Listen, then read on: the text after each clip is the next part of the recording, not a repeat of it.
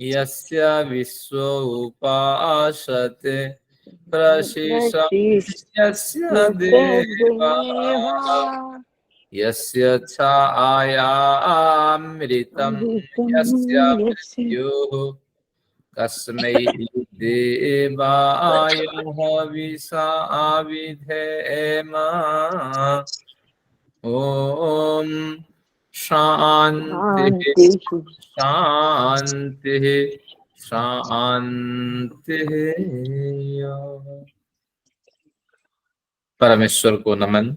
आप सभी लोगों को मेरा अभिवादन। आचार्य जी सबके माइक ऑफ करवा दीजिए, 3-4 खुले सभी हुए लोग हैं। माइक बंद कर दीजिए। 4 माइक खुले हैं, 5 तो खुले हैं। जब तक आप लोगों की माइक बंद नहीं होंगे हमारी सत्र में आनंद नहीं आएगा। आइए आप सभी लोगों को अभिवादन करता हुआ न्याय दर्शन को आगे बढ़ाते हैं। कुछ 2-4 प्रश्न आ गए हैं सामने, उनकी पहले कुछ जो प्रक्रिया होती है समाधान प्रक्रिया उसकी ओर बढ़ते हैं। सबसे पहले प्रश्न आया कि प्रमाण, प्रमेय, प्रमिति और प्रमाता, तो इसका थोड़ा स्पष्टीकरण करें। तो ये कोई कठिन नहीं है, विषय बड़ा सरल है। तो जो जानता है वो प्रमाता है। अगर आप किसी विषय को जान रहे हैं या जान रही हैं तो आप प्रमाता या प्रमात्री, स्त्रीलिंग में संस्कृत में प्रमात्री हो जाती है। चलिए प्रमाता मान के चलते हैं, फिर भ्रांति होगी कहाँ पुल्लिंग कहाँ स्त्रीलिंग। तो जो जानता है, जान रहा है, वो प्रमाता है। हो गया। और जिन साधनों से वो जानता है, जैसे मेरे सामने पंखा है तो मैं पंखा को आंखों से देख रहा हूं, मेरे पास साधन क्या है, पंखे के बारे में जो जानकारी मुझे मिल रही है। तो प्रमाता जिन साधनों का प्रयोग करके वस्तु को जानता है उन साधनों को हम प्रमाण कहते हैं। तो जैसे मेरे पास एक छुरा भी है, एक एप्पल भी है। अब दोनों है, प्राकृतिक पदार्थ है और मैं चेतन हूं, और मैं एक पदार्थ को प्रमाण के रूप में व्यवहार करता हूं और फिर दूसरों को भोग्य पदार्थ के रूप में मैं स्वीकार करता हूं। कितना बढ़िया उदाहरण देखिए। छुरा को मैंने साधन के रूप में व्यवहार किया, वो भी प्राकृतिक पदार्थ है लेकिन छुरा उपभोग्य नहीं है। लेकिन एप्पल जो है वो उपभोग्य है, उपभोग के योग्य है। तो इसी तरह आप समझ लें, प्रमाता जिन साधनों को प्रयोग करके वस्तु के बारे में जानकारी प्राप्त करता है तो वह प्रमाण कहलाता है। तो आपकी आंखें हो सकती है, आपका हाथ हो सकता है, आपके बुद्धि के विचार हो सकते हैं। तो इस तरह ये जो प्रश्न उठा था कि प्रमाण क्या है, तो उसको जानने का ये बढ़िया तरीका है। प्रमाता जिस साधन का प्रयोग करके वस्तु के बारे में जानकारी प्राप्त करता है, कार्य सिद्ध करता है, तो वह प्रमाण है। मैंने किसी के द्वारा ये काम करवाया तो मैं प्रमाता, जिस साधन से करवाया, जिस व्यक्ति से करवाया, वो व्यक्ति इस कार्य साधन में प्रमाण है। तो इस तरह आपको समझना। तो प्रमाण और प्रमाता ये दोनों समझ में आ गए, बाकी विषय स्पष्ट है। अब आगे क्या है? प्रमेय, प्रमिति। प्रमेय का मतलब वस्तु का जो तात्कालिक ज्ञान होता है, क्योंकि प्रमेय और प्रमिति ये दो विशिष्ट है। प्रमिति का मतलब है कि विशेष हमें उस वस्तु के बारे में जब जानने की प्रवृत्ति हो, और प्रमेय वह वस्तु सामने दिख जाए।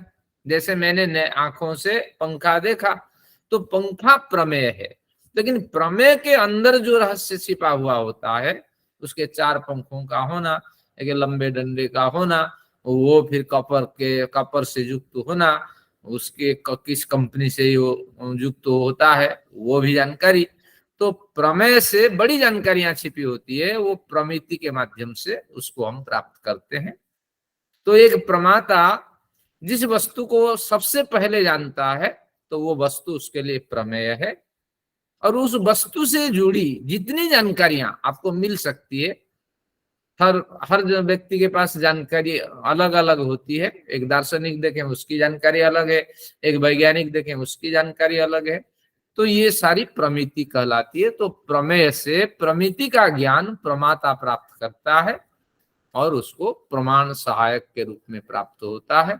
तो उसी तरह ये आत्मा एक समय हमारा बनेगा प्रमाता। प्रमाता का क्या लक्ष्य है? वो प्रमाण का प्रयोग करेगा, बुद्धि पवित्र अंतःकरण का प्रयोग करेगा व करेगी ये आत्मा। जब अंतःकरण पवित्र हो जाएंगे तो वो साधन बनेंगे, प्रमाण बन जाएंगे। उस प्रमाण से ईश्वर हम प्रमेय के रूप में देखेंगे। लेकिन प्रमेय के आगे भी हमें चलना है, प्रमिति प्राप्त करना है। ईश्वर कहाँ रहता है, कैसे खाता है, कैसे व्यवहार करता है, कैसे संकेत देता है, कैसे उसकी निकटवर्ती हमें होता है। तो ये सारी जानकारी जब हमें हो जाएगी तो उस जानकारी का नाम प्रमिति है। तो मैं प्रमाता अपने विशुद्ध अंतःकरण रूपी प्रमाण के माध्यम से और जो ईश्वर रूपी प्रमेय है और उसमें से जुड़ी जो विशेष जानकारी जिसे प्रमिति कहते हैं, तो उसको प्राप्त करने के लिए न्याय शास्त्र का अध्ययन कर रहा हूं। ये इस तरह विषय एक बार बैठा लीजिए, और इसलिए तो हमारा सारा श्रम उसी पे टिका हुआ होता है। आपका पुनश्च धन्यवाद। आते हैं थोड़ा अभ्युपगम सिद्धांत को समझते हैं। तो अभ्युपगम सिद्धांत का मतलब है अगर ऐसा मान लें तो, ये कुछ प्रश्न था कुछ सज्जनों का। तो अगर ऐसा मान लें तो इस तरह अभ्युपगम सिद्धांत जो है सूत्र संख्या 26 है, जिनके पास है तो उसको निकाल सकते हैं।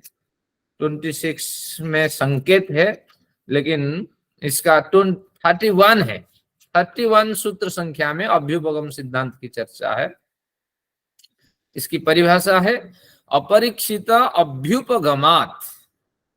अपरीक्षित जो वस्तु अभी परीक्षित नहीं हुई है, जिसकी परीक्षा नहीं की गई है, तो अभ्युपगमात थोड़ी देर के लिए अगर उसको मान ली जाए, अगर मान लिया जाए अपरीक्षित वस्तु, अपरीक्षित सिद्धांत, अपरीक्षित मान्यता जो अभी प्रसिद्धि की प्राप्त नहीं हुई है, तो थोड़ी देर के लिए अभ्युपगमात का मतलब अगर थोड़ी देर के लिए, अभ्युपगम बराबर अगर थोड़ी देर के लिए, इस तरह लिख दीजिए। तो थोड़ी देर के लिए अगर उसको मान लेते हैं तो विशेष परीक्षणम, फिर जब उस पे विशेष परीक्षण करते हैं तो वो अभ्युपगम सिद्धांत कहलाता है। जैसे उदाहरण आपके सामने है कि ईश्वर जो है वह जन्म लेता है, तो ये हो गया आपका अपरीक्षित सिद्धांत है। क्योंकि कई लोग हैं सामने, कई मतवाद है, मतपंथवादी है। तो ईश्वर जन्म लेता है, ईश्वर जन्म नहीं लेता है। तो अब ईश्वर जन्म नहीं लेता है इस पक्ष को छोड़ देते हैं, ईश्वर जन्म लेता है। और हमारे पास प्रमाण भी मिलता है लीला कैवल्यम। वेदांत दर्शन जो लोग पढ़े हैं वो जानते हैं लीला कैवल्यम। क्यों? क्योंकि ईश्वर को लीला करने में मजा आता है, तो इसलिए ईश्वर जन्म लेकर के विविध लीलाएं रचता है और उससे लोग प्रभावित होते हैं। तो इस तरह जो साकारवादी है वो इस सूत्र को इस तरह अर्थ लगाते हैं। लेकिन जब हमला किया जाए तो क्या किया जाए कि बस थोड़ी देर के लिए मान लेते हैं कि ईश्वर जन्म लेता है।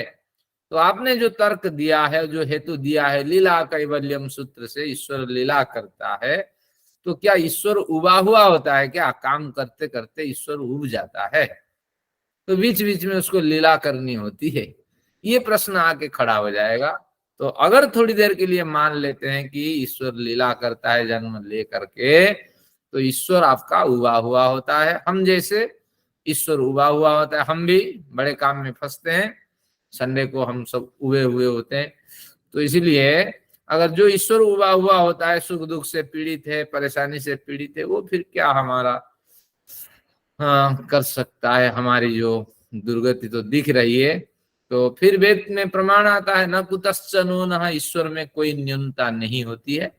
जब ईश्वर में किसी तरह की न्यूनता नहीं है तो फिर ईश्वर उबा हुआ होता है। व ईश्वर लीला करता है, मनमानी करता है, ऐसे अर्थ इस सूत्र का न लगा करके, बल्कि इस तरह इस सूत्र का अर्थ लगाना है। सूत्र गलत नहीं है, ईश्वर लीला रचता है आपके कर्म फल के आधार पर, क्योंकि लीला करने के आधार भी तो चाहिए। मनमानी लीला थोड़ी थोड़ी ईश्वर करे। और ईश्वर हमारा रुद्र है, हमारे लिए रोता भी है हमारी दुर्गति देख करके, और हमें कष्ट दे के रुलाता भी है। तो यही उसकी लीला है। कर्म फल के हिसाब से वो विविध योनियों में हमें भेजता है, विविध भोग प्रदान करता है, बस यही उसकी लीला है। ऐसा नहीं कि उगा हुआ ईश्वर लीला रस करके वस्त्र चुरा कर गोपियों का माखन खा करके फिर ब्रज अवध में घूम घूम करके सबको प्रसन्नता करता दिलाता है, ये अर्थ नहीं है। तो ये अभ्युपगम सिद्धांत मान लें, थोड़ी देर के लिए इसको मान लें। तो बताइए अब इसका जो इसके साथ जुड़ी जो समस्याएं हैं उसका हल आप कैसे करोगे? तो इसलिए अभ्युपगम सिद्धांत मान्य नहीं है। तो इस तरह हम तर्क रख सकते हैं। अभ्युपगम सिद्धांत जो अड़ियल लोग होते हैं लेकिन शास्त्रों में रुचि भी रखते हैं, ऐसे व्यक्तियों को इस ओर प्रवृत्त करने के लिए ये होते हैं सिद्धांत होते हैं, ये कुछ प्रक्रिया होती है। लेकिन जो अड़ियल होते हैं तो किसी तरह मानेगा ही नहीं। हम आपके सूत्र नहीं मानते, आपकी व्याख्या नहीं मानते, आपका अर्थ नहीं मानते, क्या कर लोगे? तो उनके लिए कोई समाधान नहीं होता है। तो इस तरह ये अभ्युपगम सिद्धांत को हमने समझा। अब तो आचार्य जी उनकी बात मान ली, अब हम तर्क करने लगे। तर्क करने टाइम तो पता नहीं भाग जाते, तर्क करते नहीं। हाँ, तो इसलिए जो योग्य कैसे समझाएंगे? योग्य व्यक्ति है उसी के आगे शास्त्र की चर्चा करनी चाहिए। हाँ, पात्र के सामने। तो मैंने कहा था ना, न्याय शास्त्र के 4, 2, 48 सूत्र आज भी नोट कर दीजिए, जाके पढ़िएगा। उसमें कहा है किन किन व्यक्तियों के साथ हमें शास्त्रार्थ करनी चाहिए। हाँ, ये बात है। हाँ, ठीक है, ठीक। तो शिष्य गुरु, क्योंकि शिष्य गुरु इन दोनों का घनिष्ठ संबंध होता है। गुरु जो पढ़ाता है, शिष्य अनुशासन पूर्वक उसको मानता है।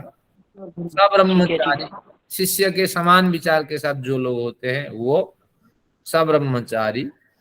विशिष्ट श्रेयोर्थी भी, जैसे विशेष श्रेय चाहने वाले, कल्याण चाहने वाले मुमुक्षु साधक लोग है। अनसूई भी, जो किसी से घृणा नहीं रखता, घृणा भावना नहीं रखता, सब व्यक्ति उसके लिए प्रिय होते हैं। तो ऐसे ऊंचा उठा हुआ जो साधक है, तो अभ्युपेयात, उन्हीं के साथ इसकी चर्चा करनी चाहिए। लेकिन अड़ियल लोग के लिए न कोई सिद्धांत है, न कोई शास्त्र है, और थोड़ी देर उनको उपेक्षा भाव से देखिए, लेकिन जब अनुकूल हो तो अपने विचार उनके पास रखें। हाँ, thank you Acharya ji, this answers my question. हाँ, अब आगे देखते हैं, हम रोचक प्रकरण की ओर बढ़ रहे हैं। ये जो 4-5 क्लासेस होगी, इसको कोई नहीं मिस करना, अपने मित्रों से बोलना। अवयव प्रकरण से हमें बहुत कुछ सीखना है। तो 32 नंबर सूत्र पे एक बार नजर डालते हैं। ये कहते हैं प्रतिज्ञा हेतु उदाहरणों पनय निगमनान्यवयव। प्रतिज्ञा 1 नंबर, 2 नंबर है हेतु, 3 नंबर उदाहरण, 4 नंबर उपनय, 5 नंबर निगमन, ये अवयव होते हैं। देखिए इनकी शैली अलग अलग है। पहले तो जब सिद्धांत का प्रकरण रहा, उन्होंने 3 सिद्धांत माने, फिर आखिर में अपने सिद्धांत रखे कि नहीं 4 होने चाहिए। अब शैली थोड़ा घुमा दिए। सबसे पहले अपनी मान्यता की स्थापना कर दी, मैं तो 5 मानता हूं, तो इस तरह स्थापना कर दी। अब जो भाष्यकार हैं उन्होंने इनका एक अलग पक्ष निकाला कि नहीं 10 अवयव समाज में प्रचलित है। फिर उनका वो समाधान करते हैं अगले बिंदु में। हमने कुछ अध्ययन किया था, एक बार इस पे नजर लगाते हैं। 80 नंबर पृष्ठ है, सूत्र संख्या 32 के जो भाष्य है, बादशाह भाष्य, उनको पढ़ते हैं। इसमें कोई विशेष नहीं है, केवल आनंद के लिए आप सुनते रहें। हम लोग संस्कृत वाले होते हैं, हम भाषण करके भागते हैं। निष्कर्ष जो आएगा आखिर में बताएंगे। दशावयवाने के नैयायिका वाक्य संचक्ष्यते। तो नैयायिक लोग, न्याय शास्त्र को पढ़ने वाले नैयायिक, तो न्यायिक नहीं कहेंगे। आगे इसको नोट करिए, आप सभी न्याय जो शास्त्र पढ़ते हैं, न्याय शास्त्रम वेत्ति अधीते इति नैयायिका, आप सब नैयायिक हैं, यानी कल्याणकारी रास्ते में स्वयं चलने वाले हैं और दूसरों को ले जाने वाले हैं। कितना बड़ा पद है आपका, ईश्वर करें कि आप इसी मार्ग पे चलते रहें। तो जो नैयायिक लोग हैं तो वो कहते हैं कि 10 अवयव होना चाहिए, 5 तो आपने कह दिया, और 5 क्या क्या होना चाहिए? जिज्ञासा, संशय, शक्य प्राप्ति, प्रयोजनम, संशय व्युदास इति कसमान्नोच्यंत इति। तो जिज्ञासा, संशय, शक्य प्राप्ति 3, प्रयोजन 4, संशय व्युदास 5, इस तरह ये 5 और अवयव होना चाहिए। क्यों नहीं मानते हो? अब उसका स्वयं ही तर्क देते हैं, स्वयं ही समाधान करते हैं। तत्र प्रतीयमाने अर्थे प्रत्यस्य प्रवृत्ति का जिज्ञासा, वो उनकी अपनी परिभाषा है, किन भाष्यकार की, इसमें सूत्रकार कुछ नहीं कहते हैं। कहते हैं तत्र अप्रतीयमाने अर्थ, जो अर्थ अभी स्पष्ट नहीं हुआ है तो उसको द्योतित करने, प्रवृत्ति का उसको जलाने वाला, द्योतित करने वाली जो होती है वो जिज्ञासा है। एक प्रवृत्ति होती है जो अर्थ को बार बार द्योतित करती रहती है। अप्रतीयमानम अर्थम कस्मात् जिज्ञासते, जब अर्थ ही प्रतीति नहीं हो रही होती है, अर्थ की प्रतीति नहीं हो रही है, तो फिर जिज्ञासा कैसे उसमें उत्पन्न हो जाए? तो तात्पर्य ये है कि बड़े मंत्र आप पढ़ते हैं, कई बार जिज्ञासा होती है, क्या है, इमम में वरुण श्रुधि हव मध्या चमृडय, पाठ करते जाते हैं, एक बार मन में आता है हव मध्या चमृडय, हे वरुण श्रुधि में हव, मेरी पुकार को सुनो, हव मध्या चमृडय, आज मुझे सुखी करो। कई बार विचार उठता है आज क्यों कहा ऋषि ने, कुछ समझ में नहीं आया।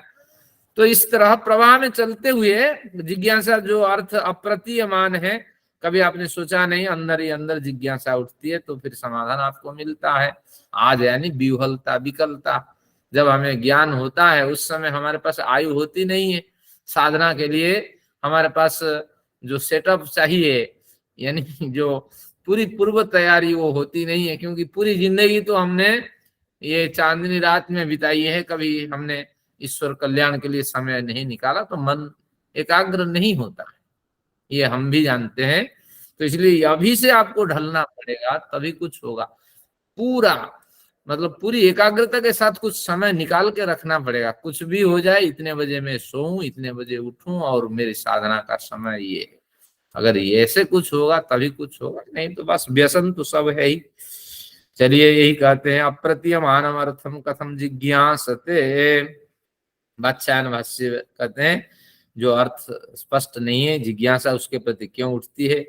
तम तत्व तो ज्ञातम हस्यामि बोपादिश्य उपेक्षिष्ये, तो कहते हैं इसलिए होता है क्योंकि उसको जानने के बाद, जो अर्थ अब स्पष्ट नहीं है, उस अर्थ को जानने के बाद, तत्वतः जानने के बाद, कुछ जो समाज में ग्रहणीय पदार्थ है, अग्रहणीय पदार्थ है, उनको मैं छोड़ दूंगा, जो ग्रहणीय पदार्थ है उनको मैं ग्रहण करूंगा, और जो उपेक्षा के पदार्थ हैं उनके प्रति दूरी बनाऊंगा। तो 3 तरह के पदार्थ भाष्यकार कहते हैं।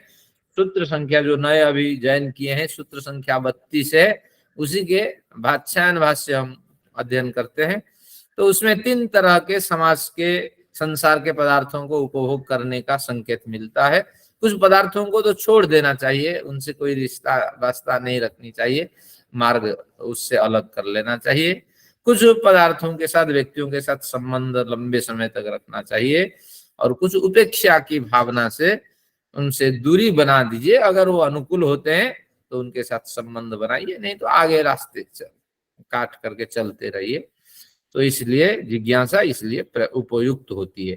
ताएता हनोपादानोपेक्षा, हनोपादान होना चाहिए, चलिए चल भी जाएगा ऐसे अगर लिखा जाए तो, हानोपानोपेक्षा बुद्धयः, तो इस तरह इससे बुद्धियां कुछ पदार्थों को हान यानी छोड़ने की इच्छा करती है, बुद्धियां कुछ उपादान ग्रहण करने की इच्छा करती हैं, कुछ के प्रति उपेक्षा की बुद्धियां उत्पन्न होती हैं। तो इसलिए तत्व ज्ञानस्यार्थ तदर्थमयम जिज्ञासते, तत्व ज्ञान के लिए इस तरह जिज्ञासा उठ के खड़ी होती है। केवल पंक्तियां आप सुनते रहिए, विशेष कुछ नहीं इसमें।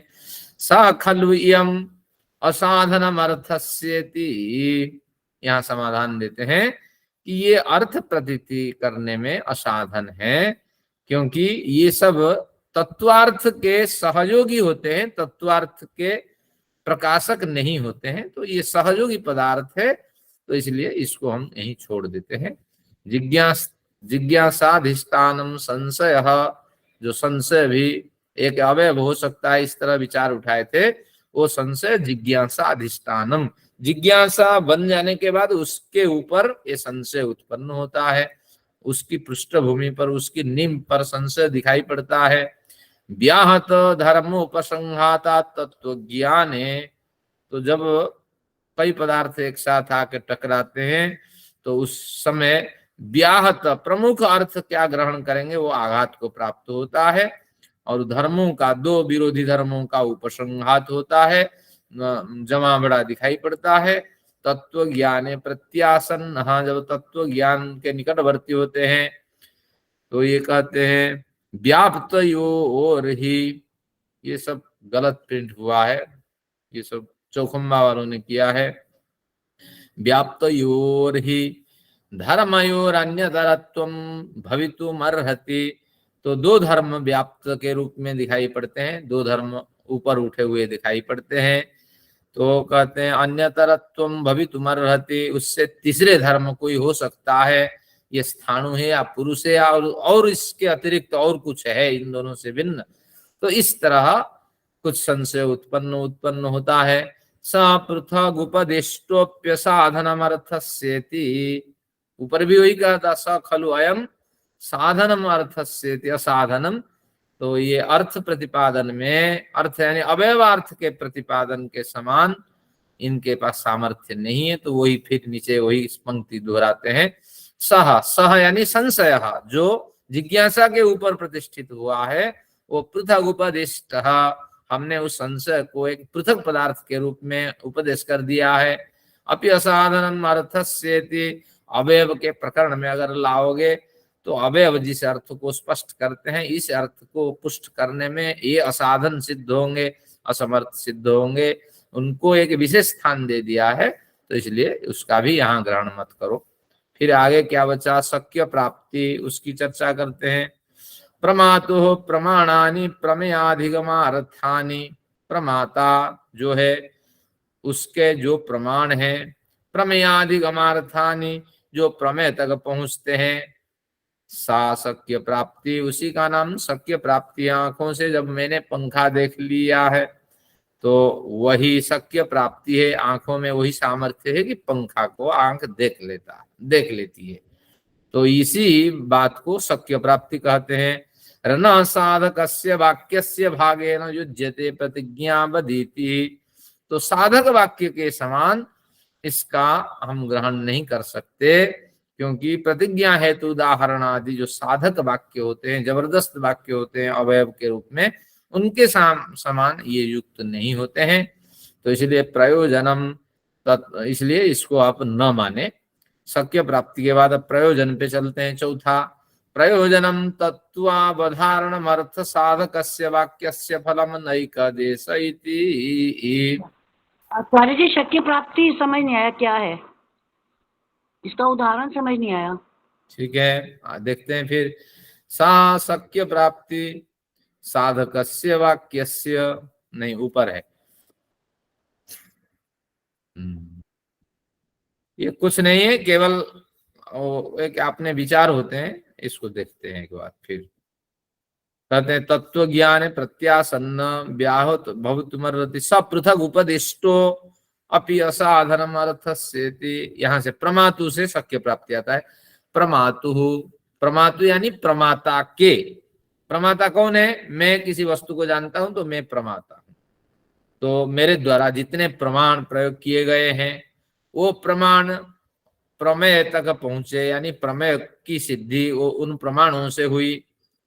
तो ये प्रमाण जो प्रमेय की सिद्धि करने में सामर्थ्य है, उन्हीं का नाम शक्य प्राप्ति है। शक्य यानी सामर्थ्य, उन प्रमाणों से सामर्थ्य है कि वो प्रमाण मैं जहां तक जानना चाहता हूं वहां तक मुझे पहुंचा दिए। तो प्रमाणों में विद्यमान जो सामर्थ्य है उसी का नाम शक्य प्राप्ति।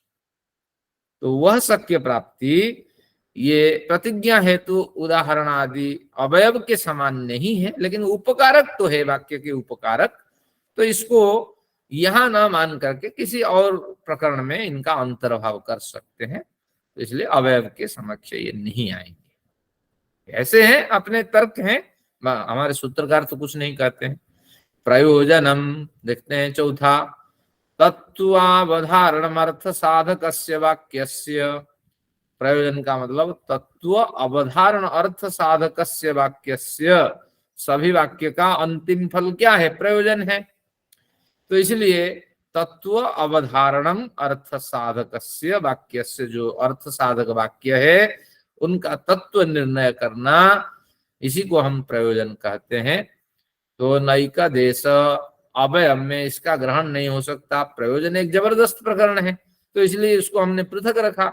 अवयव तो पूरे वाक्य का एक अंश को कहते हैं, तो इसलिए इनको न एक देश, एक देश में क्यों मानते हैं? अवयव का मतलब एक देश है, 5 अवयवों से एक सिद्धांत बनता है। तो इसलिए ये अगर प्रयोजन को एक अवयव माने तो उस सिद्धांत का एक भाग क्यों मानते हैं? अपितु प्रयोजन एक अलग सिद्धांत है, तो इसको हमने एक अलग पदार्थ के रूप में रखा। तो इसलिए इसका कोई यहाँ औचित्य नहीं दिखाई पड़ता है। आगे देखते हैं, संशय व्युदास, संशय का न होना, बी उदास संशय रहित हो जाना, इसी को संशय व्युदास कहते। प्रतिपक्षोपवर्णनम, प्रतिपक्ष ने यह कहा, क्या कहा? तद प्रतिषेधेन तत्वभ्यनुज्ञानार्थम।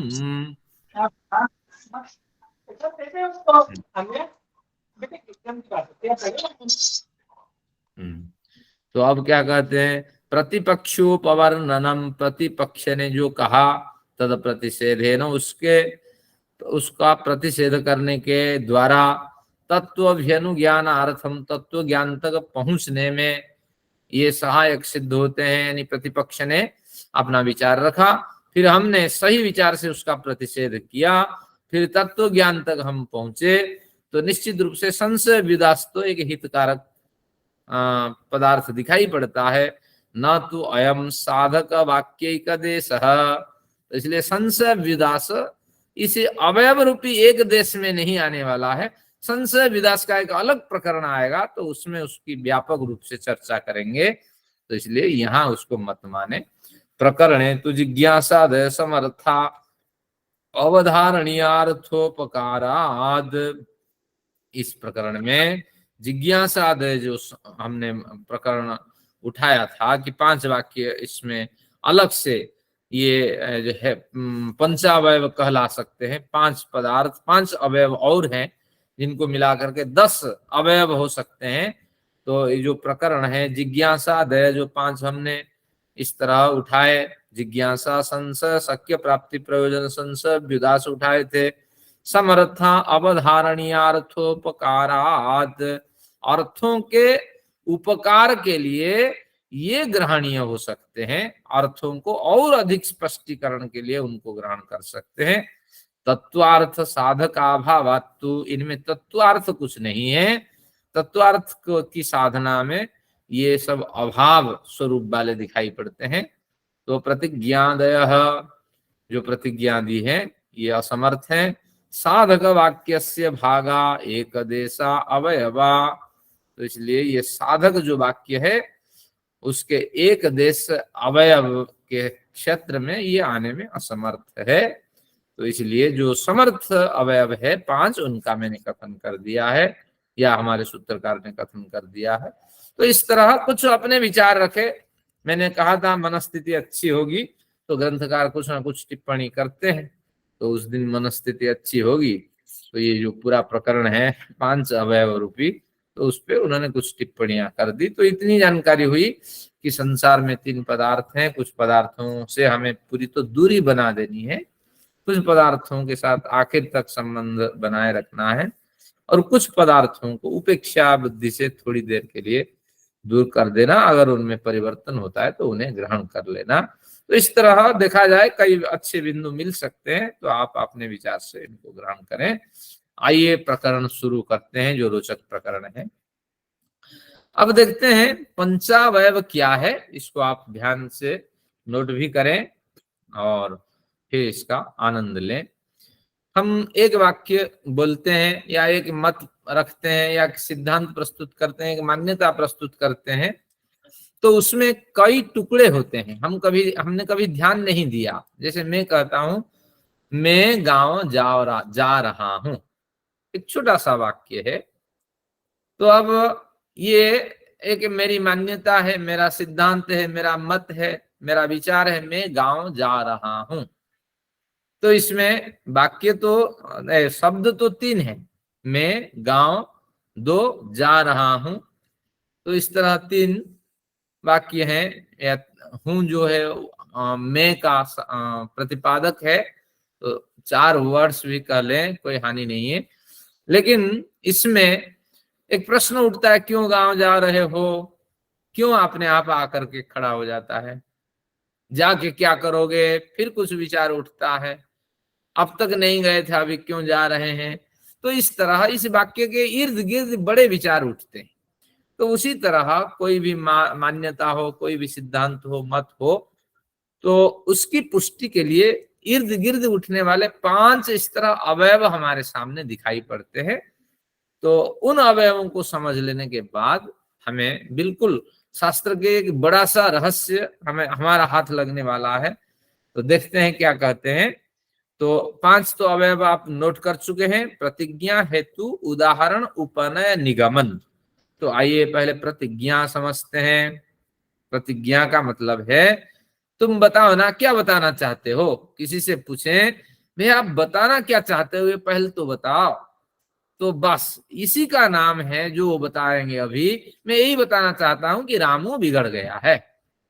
तो बस इसी का नाम प्रतिज्ञा है। जो आप बताना चाहते हो क्लियर बताओ। कक्षा में मुझे कुछ समझ में नहीं आई, यही बताना वो चाहते हैं। कक्षा आज बढ़िया रही, तो यही बताना चाहते हैं। इसी का नाम प्रतिज्ञा है। तो अगर संस्कृत में बोले या शास्त्रीय शैली में बोले आप अपना प्रतिज्ञा रखो, अगर हिंदी में बोले आप अपना पक्ष रखो। आप क्या बताना चाहते हैं पहले उसको स्पष्ट करो, फिर उस पर विचार करते हैं। तो इसी तर्क को आधार बना के पहले पढ़ते हैं परिभाषा। साध्य, निर्देश, प्रतिज्ञा। प्रतिज्ञा के 2 मीनिंग हुए, एक प्रतिज्ञा कह सकते हैं या साध्य कह सकते हैं। तो प्रतिज्ञा आगे लिखिए, साध्य बराबर दे के साध्य या प्रतिज्ञा, इसका इस तरह नाम है। साध्य, निर्देश, प्रतिज्ञा। जो अभी सिद्ध नहीं हुआ है, साधना के योग्य है, यानी साधन करने योग्य है, जिसको जानना है कि रामू बिगड़ गया है, जब तक पुष्टि नहीं हो जाती तब तक रामू बिगड़ा है या न बिगड़ा है। किसी का एक पक्ष हो सकता है, कोई रामू से नाराज हो गया है, तो इसी तरह कुछ ना कुछ भी हो सकता है। लेकिन जब सिद्ध हो जाएगा तब कुछ ये माना जाएगा कि हाँ रामू बिगड़ गया है। लेकिन जब तक सिद्ध नहीं हुआ है तो उसका नाम साध्य बना रहेगा, वो प्रतिज्ञा कहलाएगी। तो इस तरह ध्यान रखिए, साध्य, निर्देश, प्रतिज्ञा। इसके नीचे संभव है तो लिख दीजिए, क्योंकि कभी कभार हमें अध्ययन करने का अवसर मिलता है, इतना समय अगर शायद जीवन में नहीं दे सकेंगे न्याय शास्त्र के अध्ययन के लिए। साध्य विषय को प्रस्तुत करना, जो साध्य विषय है उसे प्रस्तुत करना प्रतिज्ञा कहलाती। तो इस तरह साध्य विशेष क्या है, विषय क्या है, मान्यता क्या है, मत क्या है, इसी को हम कहते हैं। थोड़ा पढ़ते हैं बादशाह जी क्या लिखते हैं इसमें। प्रज्ञापनीयेन धर्मेण, जिस धर्म को प्रज्ञापन करना है यानी जताना चाहते हैं, बताना चाहते हैं, तो उस धर्म के द्वारा धर्मिणो विशिष्टस्य परिग्रह वचनम, जो विशिष्ट धर्मी है तो उसका परिग्रह वचन है, स्वीकार कर लेना, प्रतिज्ञा है। यानी कुछ धर्म पहले बताएंगे, तो उस धर्म के माध्यम से रामू बिगड़ गया है। तो इसी वाक्य में बिगड़ गया है धर्म है, और धर्मी कौन है? रामू है। तो इसलिए प्रज्ञापनीय धर्म के द्वारा, बिगड़ गया रूपी कथन के द्वारा धर्मी रूपी रामू जो है तो उसका परिग्रह करना, स्वीकार करना, ये प्रतिज्ञा है। लेकिन सार्वजनिक स्वीकार नहीं, किसी एक व्यक्ति की, व्यक्ति का ये पक्ष है, किसी एक व्यक्ति की प्रतिज्ञा है। तो इसलिए ये प्रतिज्ञा, फिर प्रतिज्ञा साध्य निर्देश, प्रतिज्ञा के द्वारा साध्य का निर्देश किया जाता है। तो आप कहेंगे कि मैं शास्त्रों को भली भांति समझ लिया हूं, मैंने समझ लिया है। तो अगर इस तरह वाक्य कहते हैं, ये आपकी प्रतिज्ञा है, आप कहना चाहते हैं कुछ और ये अभी साध्य के स्तर में है। तो जैसे एक सज्जन मिले, मैं तो बड़ा खुश हूं, तो बस इस संसार में कोई खुशी में रहता ही नहीं है, तो बड़ा खुश हूं, इस तरह इनका कहना, इनका अपना पक्ष है, लेकिन ये अभी साध्य के स्तर में है। तो इस तरह से आप ध्यान रखें। तो अब ग्रंथकार एक उदाहरण देते हैं आपके सामने, ग्रंथकार यानी भाष्यकार, विषय स्पष्ट हो जाए। अनित्य शब्द, ये उदाहरण उसके नीचे लिख दीजिए। अनित्य शब्द, शब्द अनित्य होता है। तो इस तरह मैंने कहा था, शब्द उत्पन्न होता है और नष्ट होता है, और जो ध्वन्यात्मक शब्द है, वर्णात्मक मंत्रात्मक शब्द तो नष्ट नहीं होता है, उसका एक पृथक स्तर है। तो इसलिए वही ध्वन्यात्मक शब्द की चर्चा चल रही है। लेकिन वो शब्द भी कुछ लोग मानते हैं नहीं अनित्य है, कुछ लोग मानते हैं नित्य भी है। तो अनित्य पक्ष लेते हैं, शब्द अनित्य, ये मेरी प्रतिज्ञा है।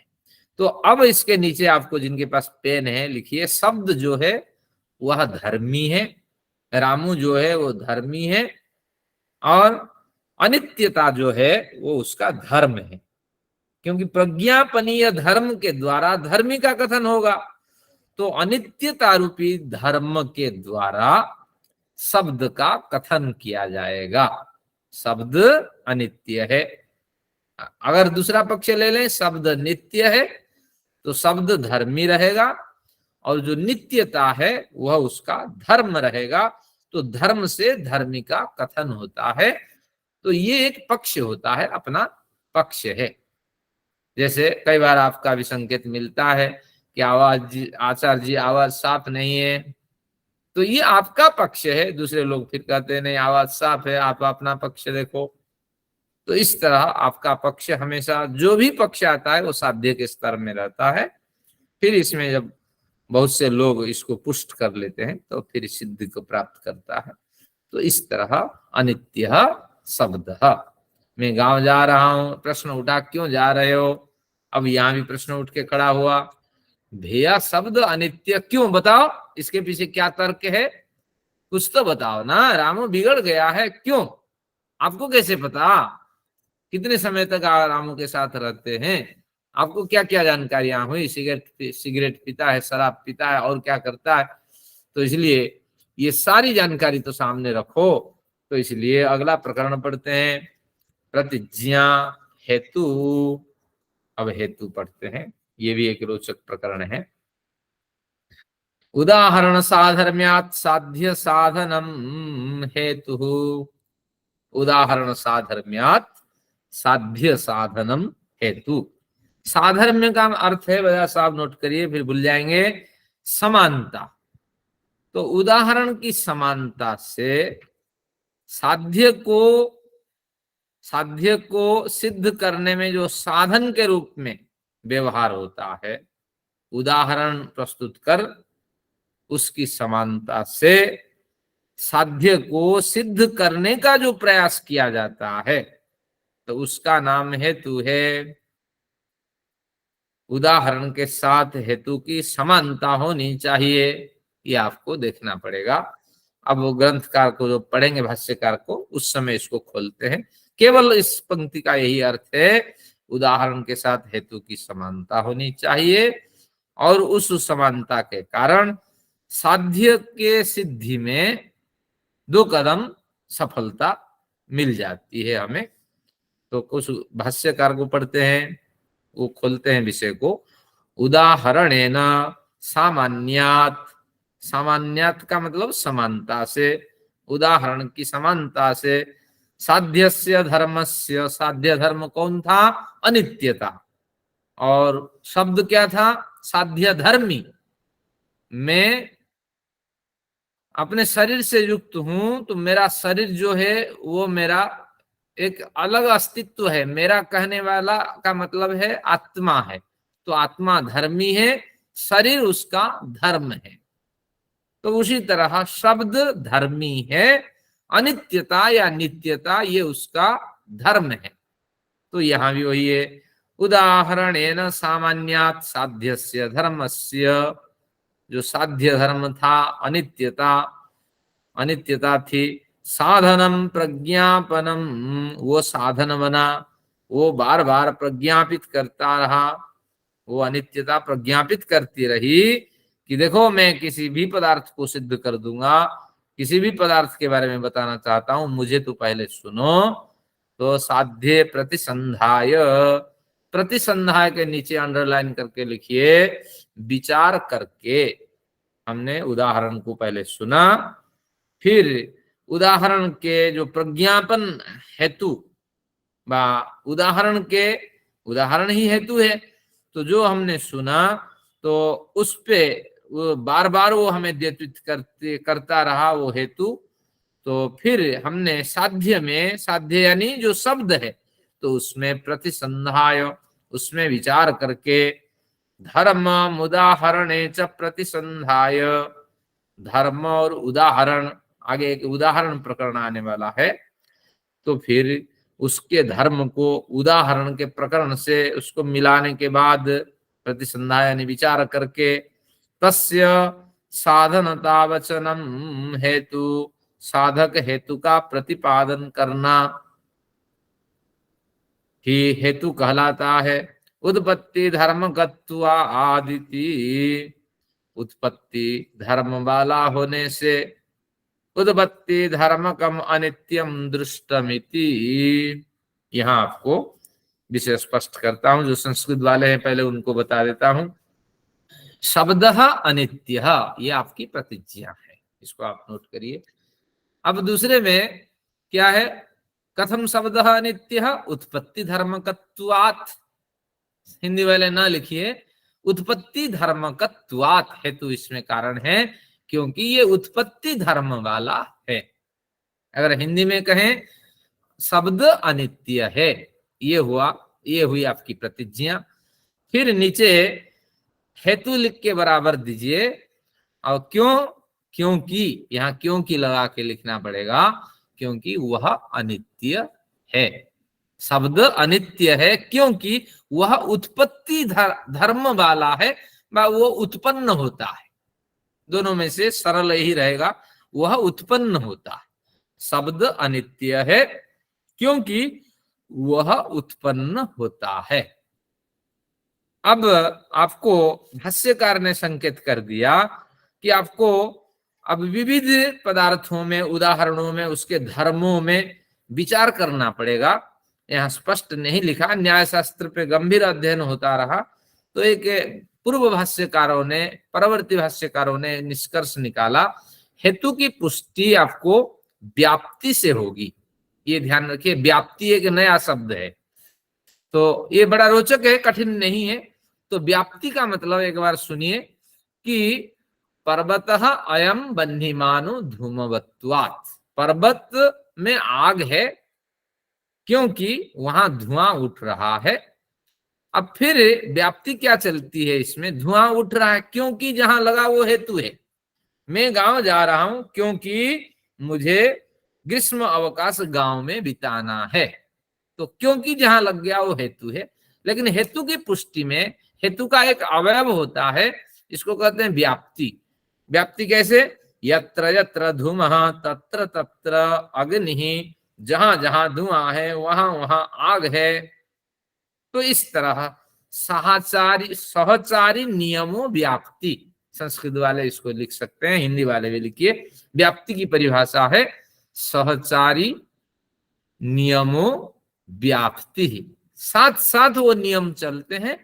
तो हेतु का ये अंग है, आपको ध्यान रखना है, ये अलग से एक प्रकरण नहीं, अवयव नहीं है। हेतु का एक अंग होता है, हेतु अपने अंग से उदाहरण की पुष्टि करता है। तो शब्द अनित्य है क्योंकि वह उत्पन्न होता है। इसके बाद आप व्याप्ति पे चलना पड़ेगा। तो व्याप्ति में क्या लिखोगे, नीचे फिर अंडरलाइन करके व्याप्ति लिखिए। ऊपर लिखा आपने प्रतिज्ञा, शब्द अनित्य है, फिर उसके नीचे क्या लिखा कि क्योंकि वह उत्पन्न होता है। अब तीसरे बिंदु में आप व्याप्ति लिखिए, इस व्याप्ति को ब्रैकेट में रखिए, क्योंकि व्याप्ति इसका हेतु का अंग है। जो जो वस्तु उत्पन्न होती है वह अनित्य होती है। जो जो वस्तु उत्पन्न होती है वह अनित्य होती है, इति व्याप्ति। तो ये व्याप्ति की परिभाषा। जहां जहां धुआं है वहां वहां आग है, इस तरह ये व्याप्ति होती है। तो उसी की बात ये भाष्यकार ने कहा, हमारे सूत्रकार ने कुछ नहीं कहा, क्योंकि उस समय इसकी आवश्यकता नहीं थी जब सूत्र ग्रंथ लिखे जा रहे थे, तो इसलिए सभी जानते थे। तो इतना ही कहा। उदाहरण साधर्म्यात् साध्य साधनम हेतु, उदाहरण के साथ हेतु की समानता सिद्ध कर साध्य की साधन में, साध्य का जो साधन सिद्ध होता है उसी का नाम हेतु। तो अब उदाहरण क्या है, अब चौथे बिंदु में उदाहरण में संकेत कर देता हूं, आपको स्पष्ट हो जाएगा। तो क्या हमने पहले बिंदु में लिखा था, शब्द अनित्य है। दूसरा क्योंकि लगा करके हेतु में संकेत किया था, क्योंकि वह उत्पन्न होता है। तीसरे बिंदु तो नहीं है, हेतु का एक अवयव है व्याप्ति। जो जो वस्तु उत्पन्न होती है वह क्या होती है, अनित्य होती है। ये व्याप्ति हो गई थी। जैसे अब लिखिए उदाहरण, नीचे ये चौथा बिंदु है उदाहरण। तो उदाहरण जैसे घड़ा, ये आपका उदाहरण आ गया। प्रतिज्ञा हेतु उदाहरण, ये तीसरा बिंदु है, गलत कहा। और हेतु का अंग तो व्याप्ति ही है। तो प्रतिज्ञा हेतु उदाहरण यहां तक आया। अब सूत्र समझ में आएगा, इसलिए उदाहरण को खोला, क्योंकि उदाहरण साधर्म्यात्, उदाहरण में समान धर्म होनी चाहिए। घड़ा उत्पन्न होता है, विनाश होता है। जैसे मनुष्य उत्पन्न होता है, विनाश होता है। प्राकृतिक पदार्थ उत्पन्न होता है, रूपांतरण को प्राप्त करता है। तो इस संसार में जो भी उत्पन्न होता है वो विनाश को प्राप्त करता है। तो इसलिए शब्द उत्पन्न हुआ, विनाश को प्राप्त हुआ। लेकिन जो उदाहरण दिया गया जैसे घड़ा, तो उसके साथ शब्द रूपी अनित्यता की समानता प्राप्त होती है।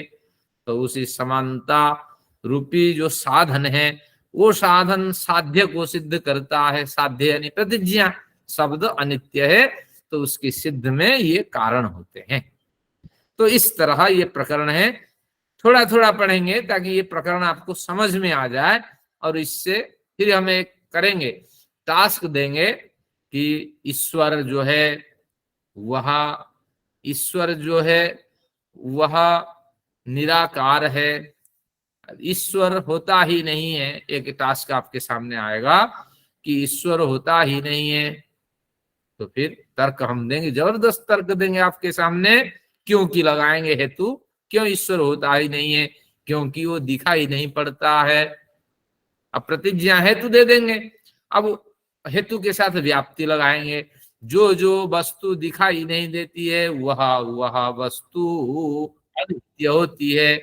जैसे असत होती है, जैसे ससश्रृंग, खरगोश के सिंग नहीं दिखते हैं, बंध्या पुत्र नहीं होते हैं। तो इस तरह आप पे हमला मैंने कर दिया, आप इसका समाधान खुद स्वयं ढूंढेंगे। कहीं भी कोई त्रुटि नहीं दिखिए। मेरे प्रमाण में मैंने प्रस्तुत किया, विपक्ष ऐसे प्रमाण प्रस्तुत करता। तो देखिए ईश्वर नहीं है, ईश्वर असत है। क्यों असत है, क्योंकि वह दिखाई नहीं पड़ता। और जो जो वस्तु दिखाई नहीं पड़ती वह वस्तु असत मानी जाती है। जैसे ससक यानी खरगोश के सिंग नहीं दिखाई पड़ते हैं, बंध्या के पुत्र नहीं दिखाई पड़ते हैं, आकाश में फूल नहीं दिखाई पड़ते हैं। तो इस तरह मैंने रखा। तो प्रतिज्ञा हेतु उदाहरण है। तो फिर उपनय निगमन का अध्ययन करेंगे धीरे धीरे। तो इस तरह तर्क आएगा, फिर आपको समाधान रखना पड़ेगा। तो इसका कुछ पक्ष तो एक बढ़िया रोचक स्तर पे गुजर रहे हैं। तो ये सारे पॉइंट्स आप नोट करके रखिए। कल पूछूंगा व्याप्ति किसे कहते हैं। अगर व्याप्ति नहीं लगा पाए तो हेतु सही ढंग से आप नहीं लगा पाएंगे, त्रुटियां हो जाएगी।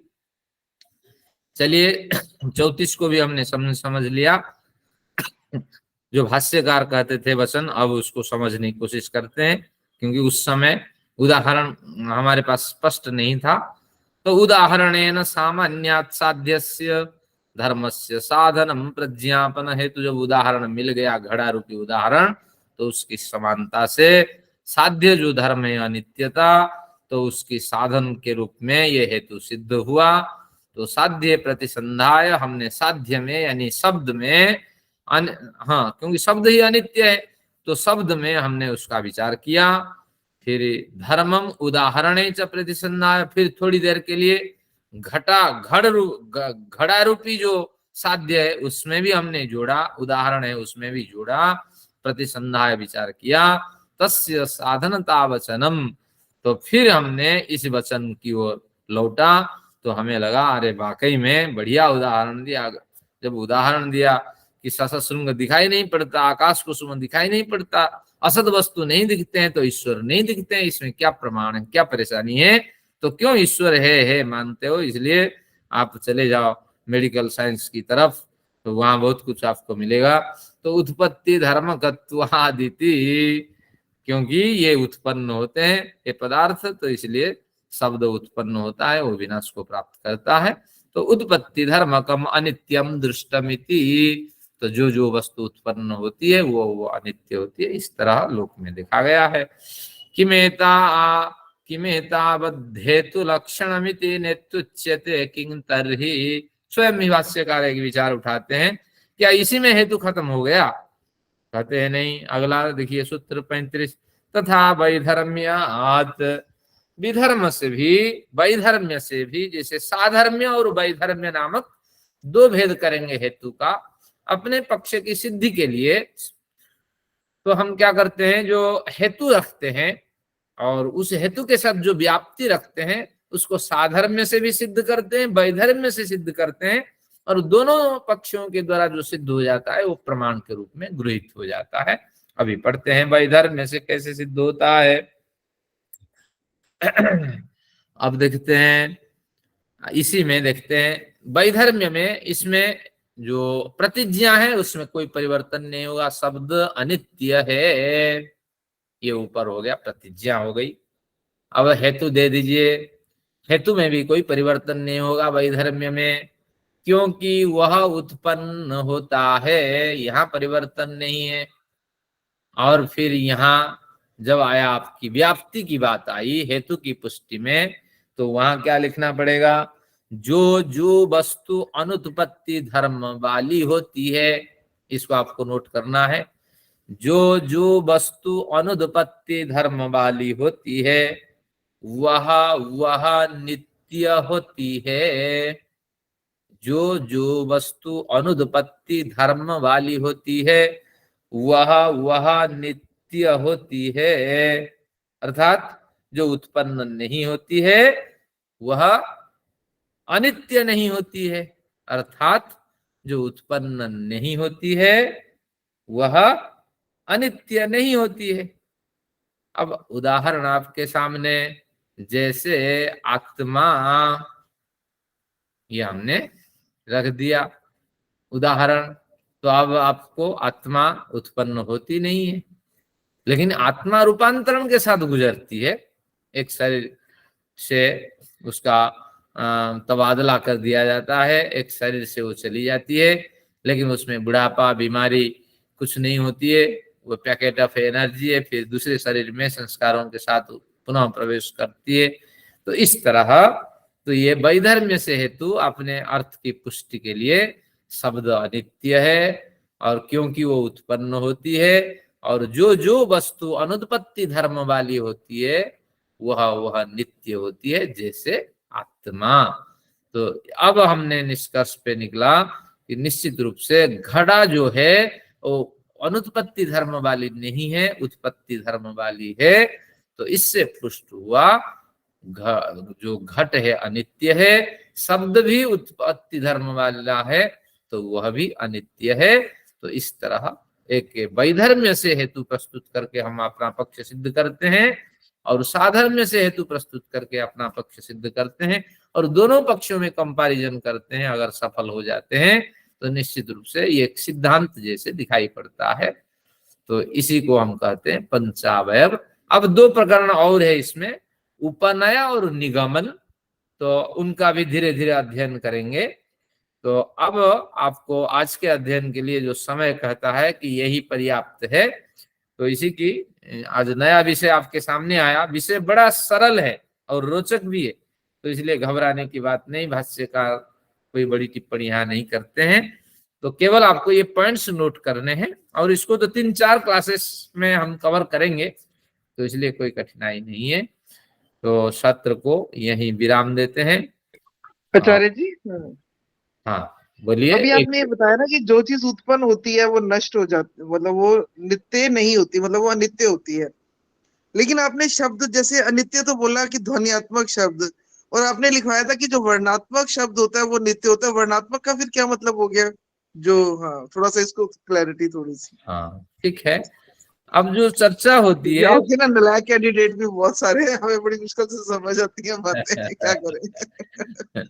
चलिए, जो शास्त्रीय चर्चा होती है वर्णात्मक या मंत्रात्मक शब्द पे चर्चा नहीं होती है। एक सिद्धांत हमने मान रखा है कि वेद जो है वो वर्णात्मक कहलाते हैं या मंत्रात्मक कहलाते हैं। आत्मा का मतलब है स्वरूप, तो वर्ण स्वरूप वाले वेद होते हैं, मंत्र स्वरूप वाले वेद होते हैं। तो इसलिए वेद जो जैसे हैं एज इट इज वो बने रहते हैं। तो वेद से थोड़ा और गहराई पे चलें तो जो ज्ञान विज्ञान है वो नष्ट नहीं होते हैं। नष्ट हो जाएंगे तो फिर अगली पीढ़ी को कैसे मिलेंगे?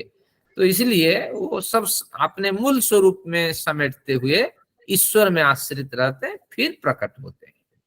तो इसलिए ये वर्णात्मक या मंत्रात्मक इनको नित्य माना गया है। ज्ञान हमेशा नित्य है, नित्यम स्वरूप विज्ञेया। तो इसलिए इनके नित्य स्वरूप है, ये आपको समझना है। लेकिन जो ध्वन्यात्मक शब्द है वो साउंड वेव में कन्वर्ट होते हैं, फिर इलेक्ट्रोमैग्नेटिक वेव में कन्वर्ट हो जाते हैं। तो चारों ओर फैल फैल करके वो धीरे धीरे परमाणुओं के टकराहट से नष्ट हो जाते हैं। तो इस तरह ये पक्ष है। तो समझने के लिए भाष्यकार ने ये पक्ष रखा कि नित्य और अनित्य को समझे, और जो उत्पन्न हुआ है वो तो नष्ट होता ही है, अनित्य होता ही है। तो हम सब अनित्य हैं, ये आपको समझना है। यहाँ तक तो प्रकृति को भी कुछ संतों ने अनित्य कहा है, लेकिन प्रकृति अनित्य तो नहीं है, परिणाम वाली है, बदलने वाली है, रूप बदलती है। क्योंकि आकाश तो नष्ट नहीं होने वाला है, तो फिर अनित्य फिर कैसे हुआ संसार? ब्रह्म सत्यम जगन मिथ्या, तो ये सिद्धांत कैसे संभव होगा? तो इस तरह कुछ ये तर्क है। जैसे जैसे अध्ययन करेंगे आपको जानकारियां मिलेगी। शायद आपका प्रश्न समाधान हो गया हो गया जी, हाँ जी, हो गया, धन्यवाद। चलिए आचार्य जी, हाँ जी, ये जब हम पंचावय लगाते हैं तो उसमें ये वैधार्य में से क्यों उदाहरण क्यों दिया? साधार्य में से भी तो उदाहरण दे सकते थे।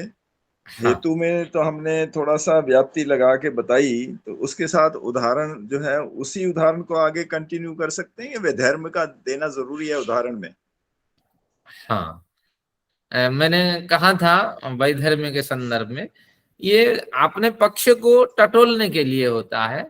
जैसे इक्वेशन के दो हिस्से होते हैं, तो एक हिस्सा कंप्लीट कर लेने के बाद उसकी पुष्टि के लिए हम दूसरे हिस्से से उसकी टाली करते हैं, ये मैच करता है या नहीं। तो उसी तरह एक सिद्धांत हमने बनाया, साधर्म्य से उसका प्रतिपादन कर दिया, फिर वैधर्म्य पक्ष से भी उसके प्रतिपादन करने की हम कोशिश करते हैं। जैसे जो वस्तु, जैसे मैंने तर्क रखा था कि ईश्वर असत है, तो ये मेरा साधर्म्य से कथन था। और जो वस्तु नहीं दिखाई पड़ती है वह वस्तु असत होती है। लेकिन यहाँ कट जाएगा, जब वैधर्म्य पक्ष में जाएंगे ऐसा भी नहीं है। जो वस्तु दिखाई नहीं पड़ती है वो असत नहीं होती है। हवा दिखती नहीं है, इलेक्ट्रॉन दिखती नहीं है, तो असत थोड़ी हो जाएगी। तो वैधर्म्य से वो सिद्धांत पुष्ट होता है या कट जाता है।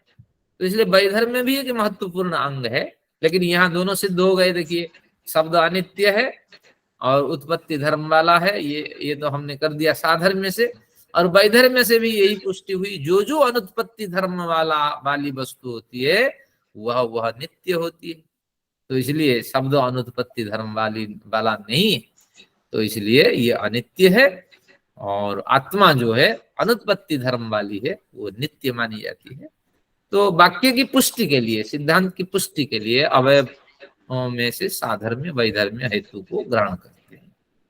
तो आचार्य जी वैधर्म्य जरूर देना चाहिए। हाँ, अपने पुष्टि के लिए। लेकिन जैसे साधक ज्ञानी बनता चला जाता है तो वैधर्म्य की आवश्यकता उसके सामने नहीं होती है। लेकिन सामान्य स्तर में वैधर्म्य के भी विचार रखने चाहिए। ठीक है, धन्यवाद धन्यवाद आचार्य जी। जहाँ जहाँ साधर्म्य की पुष्टि हो रही है, जरूरी नहीं है कि वहां पर वैधर्म्य, उसका वैधर्म्य लगाए तो पुष्टि उसकी हो। जैसे मैंने कहा कि भाई मेरी क्लास है, तो मैंने एक लड़की को कहा कि ये लड़की बहुत अच्छी है, इसका मतलब ये नहीं कि बाकी सारी लड़कियां खराब हैं। बिल्कुल, अनुराधा जी का पक्ष बहुत बढ़िया है। कई स्तर ऐसे आएंगे कि आपके सिद्धांत जो है वो वैधर्म्य से सिद्ध नहीं होंगे, केवल साधर्म्य से सिद्ध होंगे। इसमें वैधर्म्य लगेगा ही नहीं। कहीं कहीं वैधर्म्य के कारण पक्ष में सिद्धिपन दिखाई पड़ेगा, लेकिन कहीं कहीं वैधर्म्य घटेगा ही नहीं। जब वैधर्म्य घटेगा नहीं तो साधर्म्य को हम प्रमुख प्रमाण मानेंगे, क्योंकि इसका वैधर्म्य है ही नहीं। तो इस तरह, तो इसलिए तो दूसरा पक्ष वैधर्म्य रख देगा कि आपका वैधर्म पे तो नहीं सेट हो रही आपकी बात। बिल्कुल, तो ये हम क्या उत्तर देंगे? पक्ष है, इसकी चर्चा आगे करेंगे। सब जगह वैधर्म्य लागू नहीं होगा, कुछ ऐसी जगह है, फिर मैं उदाहरण आपके सामने रखूंगा कि केवल यहाँ साधर्म्य ही हो सकता है और वैधर्म्य से भी इसका निराकरण नहीं किया जा सकता, वैधर्म्य की स्थापना नहीं की जा सकती। तो इस तरह क्रम आएंगे। आइए शांति पाठ करते हैं, कुछ व्यक्तियों को जाना होता है, फिर कुछ चर्चा और करते हैं इस पे। देखो मेरा पॉइंट वैलिड था। ओम द्यौः शान्तिरन्तरिक्षं शान्तिः पृथिवी शान्तिरापः शान्तिरोषधयः शान्तिः वनस्पतयः शान्तिर्विश्वे देवाः शान्तिर्ब्रह्म शान्तिः सर्वं शान्तिः शान्तिरेव शान्तिः सामा शान्तिरेधि। ॐ शान्तिः शान्तिः शान्तिः। वैदिक अभिवादन सभी को, सब प्रेम नमस्कार। नमस्ते जी। सभी ने साथ दिया, शास्त्रों का अध्ययन हुआ। आइए, जिनको जाना है जा सकते हैं। अब प्रश्न उत्तर है, आप रखें अपने विचार।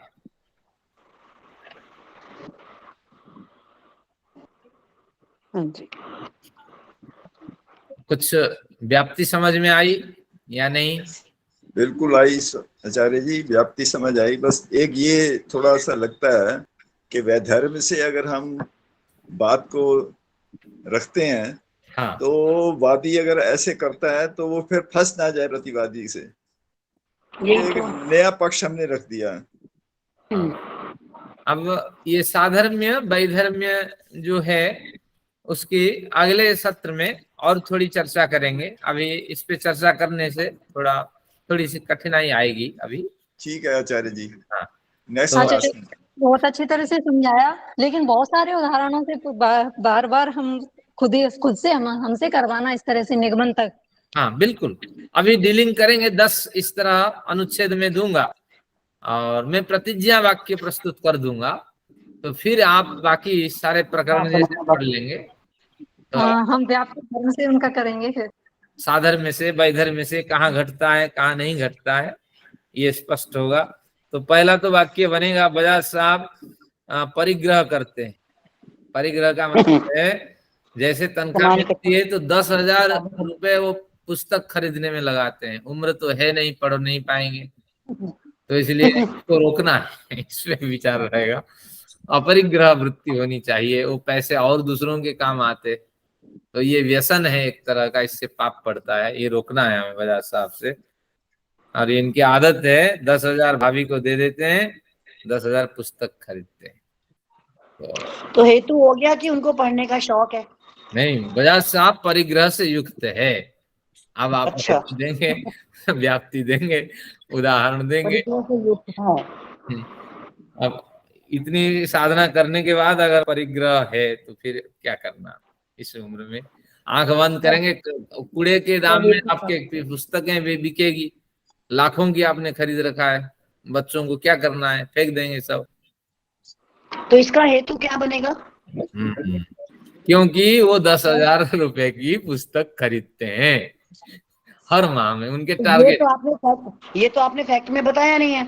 आपने प्रतिज्ञा इतनी दी है, करेंगे, चर्चा करेंगे। बजाज जी को परिग्रह का शौक है, और आपने तो नहीं बताया कि क्यों है 10,000 रुपए खर्च करें, हमें क्या पता। आपने तो उतना ही सेंटेंस दिया है अभी। विषय को क्लियर करूंगा ना जब रखूं। तो हम हेतु बना ही नहीं सकते ये वाला जो आपने बताया। अभी नहीं बना है, अभी पंचावय हमने पढ़ा कहाँ है। क्योंकि वो फैक्ट आपने बताया नहीं, चर्चा हो रही है पोर्टल वो पे, फैक्ट आपने बताया तो वो हेतु बन नहीं सकता ना। एक बात हो सकती है कि अध्ययन हेतु को खरीदी जा रही उनको पढ़ने का शौक है, है। शास्त्र पढ़ने का शौक है। वो कह रहे नहीं, संतोष माता जी को बता रही है, ये सुनते हैं। हाँ, ये जो है ना अध्ययन हेतु खरीदी जा रही है पुस्तकें, तो ये तो हेतु हो गया। और उदाहरण ये हो गया कि वो ज्ञान की ओर जा रहे हैं, ज्ञान प्राप्त करना चाहते हैं। नहीं हुआ। हाँ, तो यानी 10,000 की पुस्तक हर माह में पढ़ डालते हैं, तो ये आपका तर्क पंडित हो गया। ये तो व्यसन ही है। आप पता ही नहीं है, न्याय दर्शन 5 बार खरीद लिए हैं, फिर भी एक ले लिए, और कहाँ रख देते हैं ये भी पता नहीं। 10,000 रुपए की पुस्तकें खरीदनी हाँ, तो इसको बजाय साहब छोड़नी है, ध्यान रखना। उस पैसे से और बच्चों का भी कल्याण, आप तो सेवा करते ही हैं, औरों का भी लाभ होगा। चलिए और कुछ चर्चा करते हैं या सत्र समाप्त करते हैं, कुछ विचार न हो। वैधर्म्य इसका ये हो जाएगा कि वो और चीजों पर खर्च करने की अपेक्षा फिर भी वो पुस्तकों पर ही खर्च करना अच्छा समझते हैं। हाँ, ये वैधर्म्य होगा। यानी अनुराधा जी पहले अध्ययन कर रखी है, यानी अपने पक्ष की पुष्टि में वैधर्म्य होगा। वैधर्म्य ऐसा नहीं कि विरोध पक्ष है। संतोष माता जी का विरोध पक्ष है। मेरा तो पक्ष में ही है। हाँ, जैसे मैंने विरोध पक्ष रखा था ईश्वर असत है, तो संतोष माता जी का विरोध पक्ष रहा कि ये असत है। तो इस तरह चलिए, एक रोचक आ रहा है। बजाज जी की पुस्तक खरीदने के लिए जो मैंने वैधर्म्य दिया है वो उसके पक्ष में ही तो है। हाँ, पक्ष में ही वैधर्म्य। हाँ, मैं पक्ष में ही वैधर्म्य दिया है मैंने। हाँ, बिल्कुल। चलिए, वही सोचते हैं कि इस पैसे और इकोनॉमिक्स में अगर मैं कहूँ तो उन्हें सीमांत उपयोगिता इससे ज्यादा मिलती है, बजाय इसके कि इस मनी को वो दूसरे पर खर्च करें। ये हमारी अर्थशास्त्र है। ये सप्लाई डिमांड बजाज साहब की क्लास। सप्लाई डिमांड नहीं होती, खाली अर्थशास्त्र में दूसरी चीज भी होती। उपयोगिता ली है मैंने, सीमांत उपयोगिता उनको इससे ज्यादा मिलती है। अगर वो इसी मनी को दूसरे का खर्च करेंगे तो उन्हें उपयोगिता कम मिलेगी। चलिए, सीमांत उपयोगिता भी हमें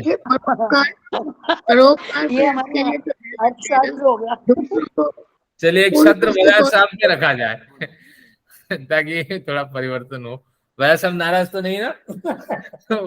वो प्रसन्नता व्यक्त कर रहे हैं। चलिए, हमें कुछ सीखने को मिलता है, और आपके जरिए भी हम धीरे धीरे परिग्रह को कम करते जाएं। उम्र बढ़ते ही न्यूनतम आप साधन का उपयोग करें, और जितनी पुस्तकें हैं उनको समय रहते सभी ठिकाने पे लगा दीजिए, पता नहीं शरीर कब छूट जाए। और कुछ ही, जैसे सन्यासी के पास केवल ही परिचित स्वाध्याय की पुस्तकें होती है, इसके अतिरिक्त कुछ नहीं, तो कुछ ही पदार्थों में संबंध रखें, कुछ ही नाम याद रखें, 1-2 फोन नंबर ही याद रखें। तो इस तरह वृत्ति होगी तो फिर यात्रा बढ़िया होगी, नहीं तो कठिनाई होगी। चलिए। तो सत्र समाप्त करते हैं। मुझे लगता है आज कोई विशेष हाँ नहीं जी। है, जब पंचावय हो जाए तभी फिर चर्चा करेंगे। हाँ जी। आइए। नमस्ते आचार्य जी। सबको नमस्ते। ओम सर्वेभ्यो नमः। ओम सर्वेभ्यो नमः। सभी को सप्रेम नमस्ते जी। नमस्ते जी। ओम।